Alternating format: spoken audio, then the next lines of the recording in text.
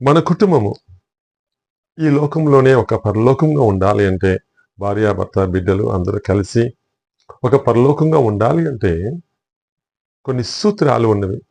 Bible సంబంధమైన సూత్రాలు, అలాగే ఈ లోక సంబంధమైన కొన్ని నియమాలు దేవుడు మనకి ఇచ్చాడు.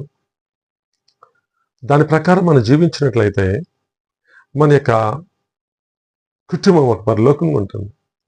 ఇందులో బిడ్డలు ఎలా జీవించాలి, బిడ్డల్ని ఎలా పెంచాలి అనే విషయాలు మీతో నేను పంచుకుంటున్నాను. 16 సూత్రాలు ఉన్నవి. ఇవి పాటించినట్లయితే మన యొక్క కుటుంబం ఒక పరలోకంగా ఉంటుంది. మొట్టమొదటిగా భోజనం విషయంలో మనం చాలా జాగ్రత్త తీసుకోవాలి. బిడ్డల యొక్క భోజనము, ఆ భోజనము శరీర ఆరోగ్యాన్ని పెంచుతుంది. శరీర ఆరోగ్యం సరిగ్గా ఉండాలి అంటే భోజనం సరిగ్గా ఉండాలి. చిరుతిండ్లు చాలా తింటుంటారు. ఈ రోజుల్లో కురుకురే అంటున్నారు, లేస్ అంటున్నారు. ఇవి ఎంత మాత్రం వారికి ఇవ్వడానికి వీల్లేదు. ఒక్కో రకంగా అవి విషముతో సమానము అని అనేక మంది తెలియజేస్తున్నారు. కాబట్టి మీ బిడ్డలకి ఇటువంటి చిరుతిండ్లు పెట్టడానికి వీల్లేదు. కాబట్టి మొట్టమొదటిగా భోజన విషయంలో శ్రద్ధ తీసుకోవాలి. కాబట్టి భోజనానికి మధ్యలో ఇటువంటి చిరుతిండ్లు మన బిడ్డలకి పెట్టడానికి వీల్లేదు. కాబట్టి మధ్యలో చాలా జంక్ ఫుడ్ తింటూ ఉంటారు బిడ్డలు. కాబట్టి వాళ్ళకి ఆకలేదు, అన్నం అవసరం లేదంటారు, అన్నం పడేసేస్తూ ఉంటారు.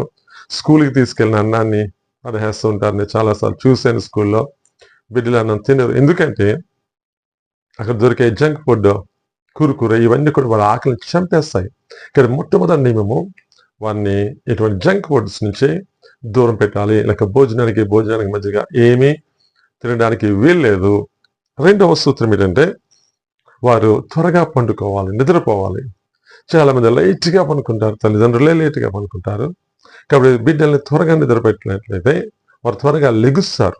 కాబట్టి వారు త్వరగా లెగాలి అంటే ముందుగా వారి బిడ్డని త్వరగా నిద్రపోవడానికి ప్రయత్నం చేయాలి. కాబట్టి తల్లిగా తండ్రిగా నువ్వు ఈ ప్రత్యేకమైన శ్రద్ధ తీసుకున్నట్లయితే వారు ఉదయం లెగుస్తారు. చాలా మంది ఉదయం లెగరు.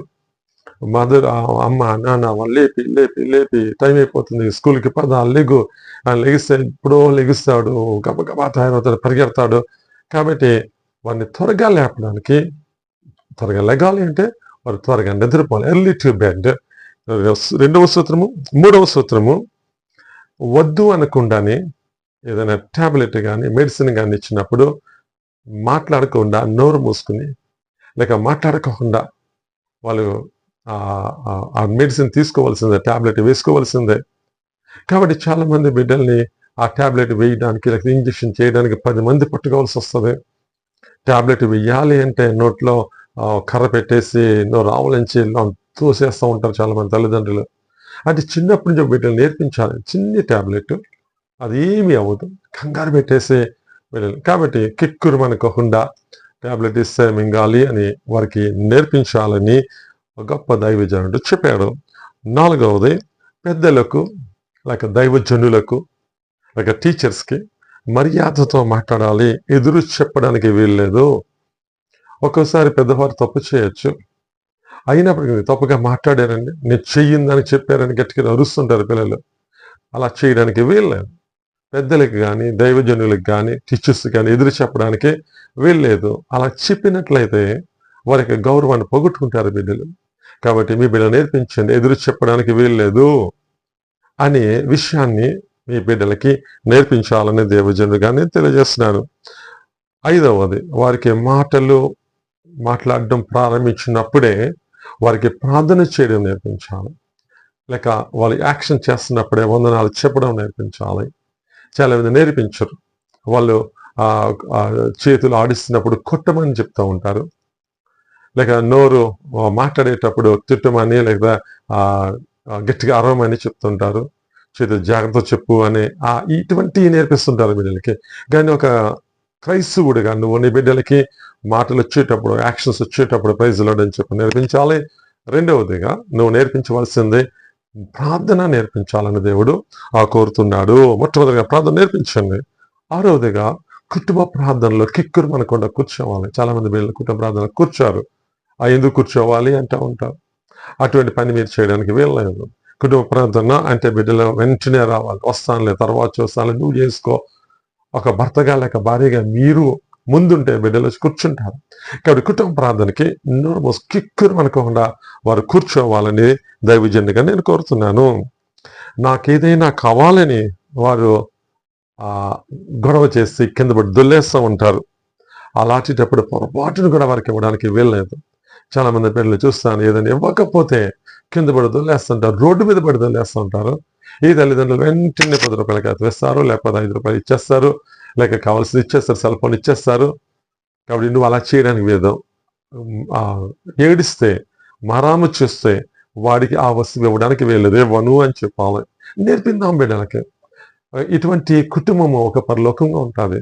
కాబట్టి బిడ్డ ఏడుస్తున్నాడు, కింద పడి దొల్లుతున్నాడు అంటే వెంటనే ఇచ్చేస్తే అంటే నువ్వు లంచం చూపిస్తున్నావు అనమాట. ఇది ఇస్తే నేను ఏడిస్తే ఇచ్చేస్తారనమాట. సెల్ ఫోన్ ఇచ్చేస్తారు, డబ్బులు ఇచ్చేస్తారు, ఏదో తిండి ఇచ్చేస్తారని వాళ్ళు అనుకుంటారు. కాబట్టి ఏడిస్తే ఇవ్వడానికి వీల్లేదు. ఈ విషయాన్ని మనం గ్రహించాలని దేవుడు కోరుతున్నాడు. కాబట్టి అబద్ధాలు ఆడడానికి వీల్లేదు. కాబట్టి పొరపాటుగానే చేస్తే, అబద్ధం వేరే, పొరపాట్లు చేస్తూ ఉంటారు చాలామంది. దానికి మీరు వాళ్ళు ఒప్పుకుంటే శిక్షించడానికి వీల్లేదు. ఒకసారి సారీ అంటారు, అయినా శిక్షిస్తూ ఉంటారు చాలామంది తల్లిదండ్రులు. కాబట్టి అబద్ధం ఆడడానికి వీల్లేదు. కాబట్టి పొరపాటు చేస్తే ముందే వాళ్ళు చెప్పేస్తే వాళ్ళని శిక్షించకండి. కాబట్టి డాడీ మమ్మీ ఇలా తప్పయింది అని చెప్తారు చాలామంది. అలా కానీ చెప్పిన తర్వాత కూడా నువ్వు కొట్టినట్లయితే, తిట్టినట్లయితే, లేక శిక్షించినట్లయితే వారు ఇక మీదట చెప్పడం మానేస్తారు నీకు. కాబట్టి అబద్ధం ఆడడానికి వెళ్ళలేదు. బైబిల్ గ్రంథంలో ఉంది, దేవుని యొక్క ఆజ్ఞలో ఒక ఆజ్ఞ, అబద్ధం ఆడకూడదు, అబద్ధికులందరూ అగ్ని గంధకములతో మండు గుండముల్లో పడతారు అని దేవుని గ్రంథంలో రాయబడ్డది. కాబట్టి అబద్ధం చెప్పడానికి వీల్లేదు. పొరపాటు కానీ చేసినట్లయితే ఒకసారి చేతిలోంచి ఏదైనా జారిపోవచ్చు, కొట్టేస్తూ ఉంటారు. మరి మనకి జారుతూ ఉంటుంది. గ్లాస్ జారిపోతే, పాలు ఉలికిపోతే, కాఫీ ఉలికిపోతే, ఏదైనా పొగొట్టుకుంటే వెంటనే కొట్టేస్తారు. కొట్టడానికి వెళ్ళలేదు. తొమ్మిదవదిగా ఒక తప్పును చేసినట్లయితే వాళ్ళు పదే పదే దాన్ని ఎత్తి చూపించడానికి వీల్లేదు. చాలా మంది ఒక తప్పు చేస్తే సంవత్సరాల తరబడి అంటారు, చిన్నప్పుడు నువ్వు చేసావు, ఇలా చేసావని అసలు మాటలతో అంటుంటారు, శిక్షిస్తుంటారు. కాబట్టి ఒక తప్పు జరిగితే పదే పదే దాన్ని శిక్షించడానికి కానీ గుర్తు చేయడానికి కానీ బిడ్డలకి వీల్లేదు. కాబట్టి ఇది 9వది. 10వది, పాపము లాంటి తప్పు చేస్తే తప్పకుండా శిక్షించాలి. పాపము చాలా మంది చెడ్డ అలవాట్లు, దొంగతనం చేసి తీసుకొస్తూ ఉంటారు. అప్పుడు కొట్టొచ్చు, ఏం ప్రాబ్లం లేదు. బెత్తము వాడని కుమారుడు అని రాయింది, బెత్తము వాడని తండ్రి అని రాయబడ్డది. కాబట్టి spare the rod spoil the child అని ఇంగ్లీష్లో మాట ఉంది.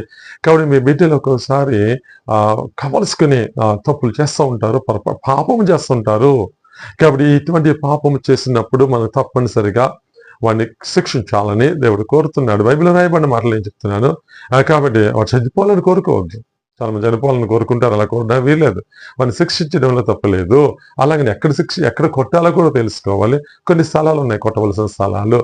కాబట్టి చాలా జాగ్రత్తగా వాళ్ళని శిక్షించాలి చిన్న బిడ్డల్ని. కాబట్టి పాపం లాంటి తప్పు చేస్తే తప్పనిసరిగా శిక్షించవలసిందే. ఒక్కొక్కసారి మంచి పనులు చేస్తుంటారు వాళ్ళు, మంచి మార్కులు వస్తూ ఉంటాయి. కాబట్టి తప్పనిసరిగా మనం మెచ్చుకోవాలి. వారికి ఏదన్నా బహుమతి ఇవ్వడం నేర్చుకోండి. 100కి 100 మార్కులు వస్తుంటాయి కొంతమంది బిడ్డలకి. అలాంటప్పుడు మెచ్చుకోండి, వచ్చినీలే అనకండి. ఏదైనా మంచి పని చేస్తే, సహాయం చేస్తే, ఇలా జరిగింది ఈరోజు స్కూల్లో ఒక పిల్లడికి ఆహారం లేకపోతే కొంచెం పెట్టాను మమ్మీ అంటే మెచ్చుకోండి, మంచి పని చేసేవరా, నీ పొరుగు వాడిని ప్రేమించాలని బైబిల్లో ఉంది అని చెప్పడం, వాడిని మెచ్చుకోవాలి. చాలా మంది మెచ్చుకోరు, చేసేవిలే అంటారు. ఇంకెప్పుడు అలాంటి పనులు చేయడం ఇంకా. కాబట్టి సహాయం చేయడం చేసినప్పుడు మనం మెచ్చుకోవాలి, అప్రిషియేట్ చేయడం నేర్చుకుందాము. తర్వాత ఏ ప్రయత్నం చేసినా బిడ్డలు ప్రయత్నం చేస్తూ ఉంటారు. అది ఒక్కసారి పేలంగా ఉంటుంది, లేక సరిగ్గా ఉండకపోవచ్చు. డ్రాయింగ్ వేస్తాడు, తీసుకుని మమ్మీ ఎంత బాగుందో చూడు డ్రాయింగ్ అంటాడు. సరిగ్గా ఉండకపోవచ్చు, కానీ గుడ్ చాలా బాగుంది, ఇంకా ట్రై చేయి, ఇంకా ఇంప్రూవ్ అవ్వాలి అని చెప్పడం నేర్చుకుందాము. కాబట్టి కొన్ని మమ్మీ 60 మార్క్స్ వచ్చినాయి అంటే వాళ్ళు తిట్టొద్దు ఎప్పుడు, గుడ్ రా అని చెప్పాను మొదట. తర్వాత ఇంకా కొంచెం ఎక్కువ తెచ్చుకుంటే ప్రయత్నం చేయరా, నెక్స్ట్ ఎగ్జామ్కి మంచి మార్కులు తెచ్చుకోవడానికి ప్రయత్నం చేయాలి తప్ప వచ్చినాయిలే 60 అయినా 90 ఎందుకు రాలేదు, 100 ఎందుకు రాలేదు అనడానికి వీల్లేదు. కాబట్టి ఒక ప్రయత్నం చేస్తూ ఉంటారు బిడ్డలు. ఏదైనా చేసినప్పుడు అది ఎలా ఉన్నా సరే బాగోకపోయినా సరే ఒక్కోసారి పిల్లలు ఇంట్లో పిల్లలు ఆడపిల్లలు కానీ కూర వండుతారు మంచిగానే ఎలా బాగోలేదు అనుకోండి, మెచ్చుకోండి, పర్లేదు బాగుందిరా, ఇంకోసారి ట్రై చేయని చెప్పాలి. ఇల్లు ఊడ్చేయమో మమ్మీ బాగుందా అంటే చాలా బాగుంది, సరిగ్గా ఉండకపోయినా మీరు మెచ్చుకోండి, ఇంకోసారి ట్రై చేయి, చాలా బాగుంది, ఇంకా ఇంప్రూవ్ అవ్వాలి అనే మాట పిల్లలకి మనం చెప్తూ ఉండాలి. ఇది 12వది. 13వది, ఒకరి వస్తువులు మరొకరు లాక్కుంటూ ఉంటారు, తీసుకుంటుంటారు. అలా చేస్తే శిక్షిస్తానని చెప్పాలి. తమ్ముడి యొక్క పెన్సిలో, తమ్ముడి యొక్క పెన్నో, బ్యాగో ఇది నాకే కావాలి అంటారు. డాడీ ఏదైనా తెచ్చినట్లయితే చెల్లికి ఇస్తే నాకిస్తాను అని ఆ అమ్మాయి దగ్గర లాగేసుకుంటూ ఉంటారు. ఇలా ఒకరి వస్తువులు ఒకరు లాక్కుంటానికి వీలు లేదు అని వారికి తెలియచేయాలి. ఆ వస్తువుని నీ దగ్గర పెట్టుకో, జాగ్రత్త దాచుకో అని చెప్పాలి. కొంతమంది ఉంటారు, నాకిస్తావే, అదే కావాలి. పక్కవాడి పిల్లవాడు దగ్గర ఆడుకుంటుంటే ఆ వస్తువే కావాలని లాక్కుంటుంటారు. పిల్లలు చూస్తుంటాను నేను. ఎందుకు వస్తుందంటే తల్లిదండ్రులు ఇది నేర్పించరు. ఆ పక్కవాడి పిల్లవాడి యొక్క వస్తువు మంది కాదు, బాల్ కానీ, బ్యాట్ కానీ, ఇంకోటి కానీ మంది కాదు, తీసుకోకూడదని మన బిడ్డలకి చిన్నప్పుడే నేర్పిస్తే బయటికి వెళ్ళినప్పుడు గొడవలు వారు తీసుకురారు, లేక ఏ వస్తువుని దొంగలించి తీసుకురారు. కాబట్టి పక్కవాడి వస్తువు తీసుకుంటానికి వీల్లేదు, ఒకరి వస్తువుని ముట్టుకుంటానికి వీల్లేదని ముందుగానే చెప్పాలి. తర్వాత కొంతమంది ప్రామిస్ చేసామనుకోండి, ఇది ఇస్తాను నీకు అని చెప్పినట్లయితే తప్పనిసరిగా ఆ యొక్క ప్రామిస్ని మనము నెరవేర్చవలసిన వారమే ఉన్నాము. వాడు అంటాడు, మార్కులు వస్తే నీకు పరీక్షలో 100కి 90 మార్కులు వస్తే నిన్ను బీచ్కి తీసుకెళ్తాను, లేకపోతే మడా ఫారెస్ట్ తీసుకెళ్తాను, లేకపోతే విమానం ఎక్కిస్తాను అంటుంటారు కొంతమంది. మరి చేయలేని కార్యాలు మీరు చెప్పొద్దు, చేయగలిగిన కార్యాలను చెప్పండి. వీళ్ళు నమ్మేస్తారు, వెంటనే నమ్మేస్తారు. మా డాడీ చేస్తానన్నారు, ఏదైనా కొనిస్తానన్నారు, గిఫ్ట్ ఇస్తానని చెప్పారు, నాకు గిటార్ కొంటానన్నారు, ఇంకోటి కొంటానన్నారు, ఇది పాస్ అయితే 90 మార్కులు వచ్చిన తర్వాత డాడీ డాడీ అని వస్తాడు. ఇదిగో నేను 90 మార్కులు వచ్చింది, నాకు కొనువా గిటార్, నాకు కొనువా అరగంట, ఆ ఊరుకోలే కొన్నాళ్ళు చూసుకుందాంలే అని. కానీ మీరు కానీ దాన్ని ప్రొక్రాస్టినేషన్ చేస్తే, పోస్ట్ పోన్ చేస్తే బిడ్డ ఎప్పుడు కూడా నిన్ను నమ్మడు. కాబట్టి ఒక్కసారి నువ్వు ప్రామిస్ చేస్తే అది కొని ఇవ్వడానికి 100% ప్రయత్నం చేయాలి, లేదా ప్రామిస్ చేయొద్దు వాడితోటి. కాబట్టి చేయలేని పనిని చెప్పొద్దు. కాబట్టి వాగ్దానం చేస్తే అది తప్పనిసరిగా చేయవలసిందే. చివరిగా ఆడబిడ్డలు ఇంట్లో పనులు చేయవలసిందే. అలాగే మగపిల్లలు చేయాలని కూడా చేయకూడదని కాదు, కానీ కొన్ని ఆడపిల్లలకి నేర్పించే పనులు ఉంటాయి. చిన్న బిడ్డలకు నేర్పించాలి, ఇల్లు తుడ్డం నేర్పించాలి, ఆ వంటలో సహాయం చేయడం నేర్పించాలి, పాత్రలు తోమడం నేర్పించాలి. అలా ఆడబిడ్డలు ఇంట్లో పనులు చేయాలి. కాబట్టి చదువు మానిపించడానికి మట్టుకు వీల్లేదు. చదువు మానిపించేస్తారు, పర్లేదు లేదు, ఇంట్లో పని చేసుకో, చదువు మానిపించేసి ఇంట్లో కూర్చోబెట్టేస్తారు. కానీ వారి జీవితాలని మీ చేతుల ద్వారానే వాళ్ళని నాశనం చేస్తున్నారు. అలాగే మగబిడ్డలు కూడా మాట వినాలి, బయట పనులు ఉంటాయి, చేయవలసింది నేను చేయను అనడానికి వీల్లేదు. కాబట్టి ఈ యొక్క 16 సూత్రాలు కానీ మీరు కానీ పాటించినట్లయితే మీళ్ళు ఒక స్వర్గంలా ఉంటుంది, పరలోకంగా ఉంటుంది అని దేవుడు సెలవిస్తున్నాడు. కాబట్టి దేవుని బిడ్డలుగా మనము వీటిని పాటించడానికి మనం పాటించవలసిందే. ఇలా చేస్తే మీ బిడ్డలు ఒక ఉన్నతమైన స్థితిలో ఉంటారు, పైవారుగా ఉంటారు, తలగా ఉంటారు దేవుడు సెలవిస్తున్నాడు. కాబట్టి ఇవి చేద్దామా? కాబట్టి నువ్వు తల్లిదండ్రులుగా ఈ 16 సూత్రాలు మనం చేద్దాం. ఒక్కొక్కటి కూడా మీరు స్లోగా పెట్టుకుని ఆగి వాటిని చూసి కుదిరితే రాసుకోండి, ఇంటిలో పెట్టినవి ఈ విషయాలు చేయాలని బిడ్డలు చెప్పండి. దేవుడి కొద్ది మనం దీవించి ఆశీర్వదించును గాక. ఆమేన్.